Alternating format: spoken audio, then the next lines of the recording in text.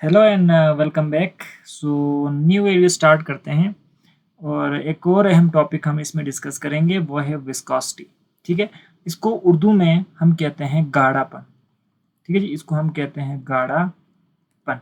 ठीक है, तो विस्कोसिटी का जो कंसेप्ट है बेसिकली बहुत ही इजी है। ठीक है, बहुत ही इजी है और इसके जो है ना, इसको हम एक बिल्कुल एक शॉर्ट वीडियो में डिस्कस करने की कोशिश करेंगे। तो सबसे पहले हम इसके डिफिनेशन को एक बार देख लेते हैं, what does it mean by viscosity.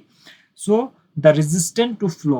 ठीक है जी, इसका डिफिनेशन है द रेजिस्टेंस टू फ्लो। मैंने थोड़ा, ठीक है मैं चेंज करता हूँ, स्पेलिंग मिस्टेक हो गया। Resistance to flow of a liquid. ठीक है जी, कोई भी लिक्विड है, अगर उसको फ्लो होने में प्रॉब्लम पेश आ रहा है, यानी स्लोली फ्लो कर रहा है ना, ड्यू टू द रेजिस्टेंस, ठीक है, तो हम कहेंगे कि उसके अंदर क्या होता है, विस्कोसिटी बहुत ज़्यादा है। सो गाढ़ापन जो है ना, viscosity, it totally related to the resistance to flow. ठीक है, अब आहिस्ता फ्लो कर रहा है, इसका मतलब विस्कोसिटी एक प्रॉपर्टी है ना। ठीक है, विस्कोसिटी ज़्यादा होता है।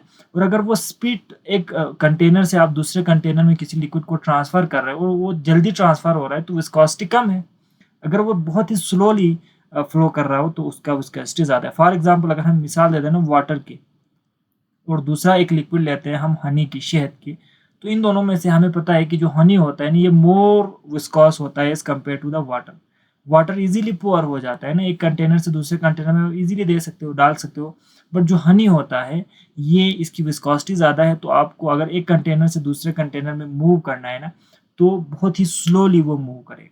अब सवाल यहाँ पर यह पैदा होता है कि रेजिस्टेंट क्यों होती है, यानी फ्लो होने में प्रॉब्लम क्यों होती है, विस्कोसिटी ज़्यादा किस वजह से होता है।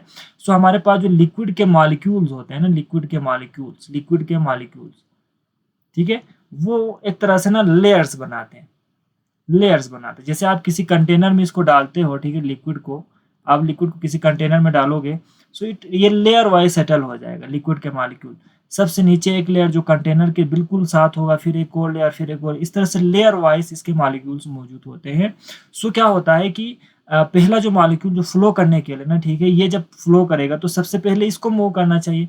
तो due to the their attraction with the wall, ठीक है, ज़्यादा फोर्स ऑफ अट्रैक्शन की वजह से ये स्लोली मूव करेगा।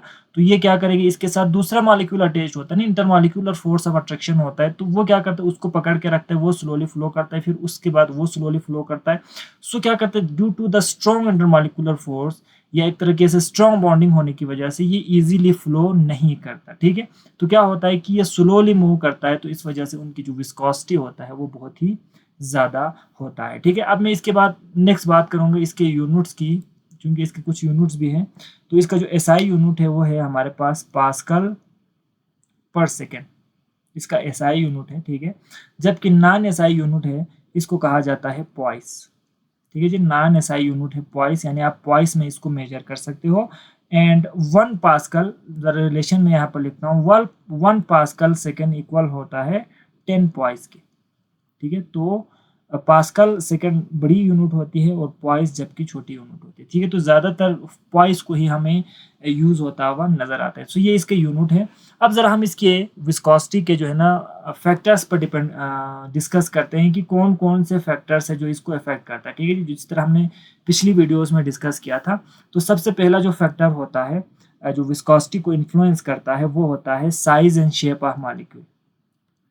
Size and shape of molecules, ठीक है, लिक्विड के मॉलिक्यूल्स के साइज और शेप पे डिपेंड करता है।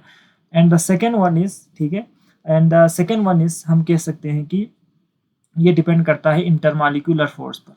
Inter molecular force of attraction पे डिपेंड करता है।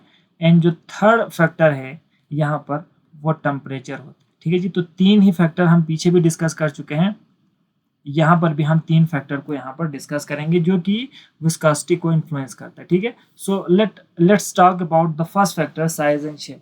सो यहाँ पर अगर साइज, मॉलिक्यूल के साइज, अगर साइज बड़ा हो या उसका शेप इरेगुलर हो ना, ठीक है, big size and irregular shape हो, तो विस्कोसिटी ज़्यादा होता है, क्योंकि साइज बड़ा है तो उनके मूवमेंट भी स्लो होती है।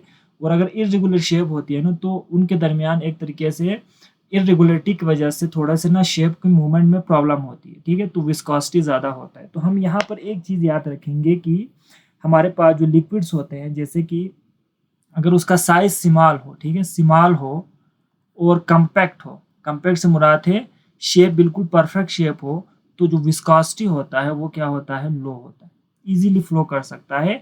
इसके मुकाबले में अगर लार्ज साइज के मॉलिक्यूल हो या जो शेप है वो इर्रेगुलर हो, ठीक है, इर्रेगुलर हो, तो उसको जो है ना विस्कोसिटी क्या होता है, हाई होता है, यानी इजीली वो फ्लो नहीं कर सकते। तो पहली चीज़ हमने यहाँ पर याद रखना है, small and compact size viscosity low, large in irregular size viscosity high. For अगर कोई एग्जांपल आपसे मांगे तो हम मिसाल दे सकते हैं, यहाँ पर वाटर की मिसाल दे सकते हैं, ठीक है। वाटर में साइज स्मॉल होता है और मॉलिक्यूल भी काफ़ी हद तक रेगुलर शेप में होता है, तो विस्कोसिटी इसका लो होता है। जबकि अगर हम बात करें हनी की या ग्लिसरीन की, ठीक है, हनी की हम यहाँ मिसाल देते हैं, तो मॉलिक्यूल भी इसमें लार्ज होते हैं, ठीक है, और इसके अंदर इरेगुलर शेप के मॉलिक्यूल्स होते हैं, तो इसकी जो विस्कोसिटी होती है वो ऑटोमेटिकली हाई होता है, ठीक है। दूसरा जो फैक्टर है वो है यहाँ पर जो इफेक्ट करता है वो इंटरमॉलिक्यूलर फोर्स। अगर स्ट्रॉन्ग इंटरमॉलिक्यूलर फोर्स होगा, ठीक है, स्ट्रॉन्ग अगर इंटरमॉलिक्यूलर फोर्स होगा, सो मॉलिक्यूल एक दूसरे के साथ स्ट्रांगली बॉन्डेड होंगे, तो सरफेस के साथ भी स्ट्रांगली बॉन्डेड होगा, तो इसकी विस्कोसिटी हाई होगी, ठीक है जी। स्ट्रॉन्ग इंटरमॉलिक्यूलर फोर्स होगा तो विस्कोसिटी हाई होगी, जबकि अगर वीक अगर इंटरमॉलिक्यूलर फोर्स होगा तो विस्कोसिटी क्या होगा, लो होगा। तो ये रिलेशन भी हमें यहाँ से समझ में आ गया, ठीक है जी। वो क्या है, स्ट्रॉन्ग है तो हाई होता है विस्कोसिटी, इजीली फ्लो नहीं करेगा, वीक होगा तो लो होता है, इजीली फ्लो करेगा। फॉर एग्जांपल अगर एग्जांपल आपसे कोई मांगे तो हम यहाँ पर एग्जांपल दे सकते हैं वाटर की, ठीक है। वाटर के अंदर स्ट्रॉन्ग हाइड्रोजन बॉन्ड होता है ना, तो इसकी विस्कोसिटी ज़्यादा होती है एज कम्पेयर टू, ठीक है, इसके कंपेरिजन हम करेंगे ना, एज कम्पेयर टू द अगर हमारे पास एक और मॉलिक्यूल है जो कि है मिथानॉल, ठीक है जी, मिथानॉल, ये मिथानॉल है, ठीक है। तो इसके अंदर जो है ना डाइपोल डाइपोल फोर्स होता है जो कि वीक होता है, ठीक है, तो इस वजह से इसकी विस्कोसिटी कम होती है, इजीली फ्लो कर सकता है as compare to the water. Water थोड़ा स्लोली फ्लो करेगा, ये बहुत ही हाई फ्लो करता है, तो इसकी विस्कोसिटी ज़्यादा, इसकी विस्कोसिटी कम, ठीक है। And the third one is, and the third relation या थर्ड फैक्टर है हमारे पास, वो है टेम्परेचर का। तो आप टेम्परेचर को हाई करेंगे, टेम्परेचर बढ़ाएंगे तो विस्कोसिटी क्या होता है, लो होता है, ठीक है। सिमिलरली अगर आप टेम्परेचर को लो करेंगे तो विस्कोसिटी क्या होता है, हाई होता है, ठीक है।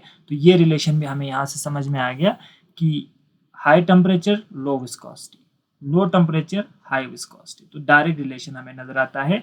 अगर इसका कोई एग्जांपल अगर आपसे पूछे तो आप ये कह सकते हैं जो हनी होते हैं, ठीक है, हनी शहद, ठीक है, अगर आप इसको गर्म करेंगे, हार्ड करेंगे, टेम्परेचर बढ़ाएंगे तो इसकी विस्कोसिटी कम हो जाती है, यानी इजीली फ्लो हो जाता है, ठीक है, विस्कोसिटी कम होता है, इजीली फ्लो करता है। जबकि इसी हनी को अगर आप कूल डाउन करेंगे तो बिल्कुल ही वो उसकी जो मूवमेंट है ना बिल्कुल स्लो हो जाती है, यानी ना फ्लो होने की उसके अंदर सलाहियत बिल्कुल कम हो जाती है, विस्कोसिटी बहुत ही ज़्यादा होता है, ठीक है। तो अगर इसी को हम कूल करेंगे तो विस्कोसिटी क्या हो जाता है, इंक्रीज हो जाता है, ठीक है जी। तो ये हमारे पास एक सिंपल सा टॉपिक था जिसको हमने यहाँ से डिस्कस किया। सो अगर यहाँ से अगर आपसे कोई क्वेश्चन आए पेपर में, फॉर एग्जांपल आपसे पूछा जा सकता है कि वाटर की विस्कोसिटी ज़्यादा क्यों होता है मिथेनॉल से, तो आपने ये रीज़न देना है। या फिर वाटर की जो विस्कोसिटी कम क्यों होती है हनी से, तो आप ये शेप और साइज़ की मिसाल दे सकते हैं। या हनी को जब हम गर्म करते हैं तो इजीली फ्लो कर सकता है, जबकि ठंडा करते हैं तो वो स्लोली फ्लो करता है, क्यों, क्योंकि कम करने से, टेम्परेचर कम करने से विस्कोसिटी, टेम्परेचर ज़्यादा करने से विस्कोसिटी डिक्रीज होता है, इसी वजह से वो इजीली फ्लो कर सकता है। तो ये जो रीजनिंग क्वेश्चन है इस टॉपिक से, वो आप इस तरीके से कर सकते हैं। सो ये हमारे पास एक छोटा सा टॉपिक था, आई होप आपको समझ में आ गया होगा। सो मिलते हैं नेक्स्ट वीडियो में एक और टॉपिक के साथ, अपना ख्याल रखिएगा।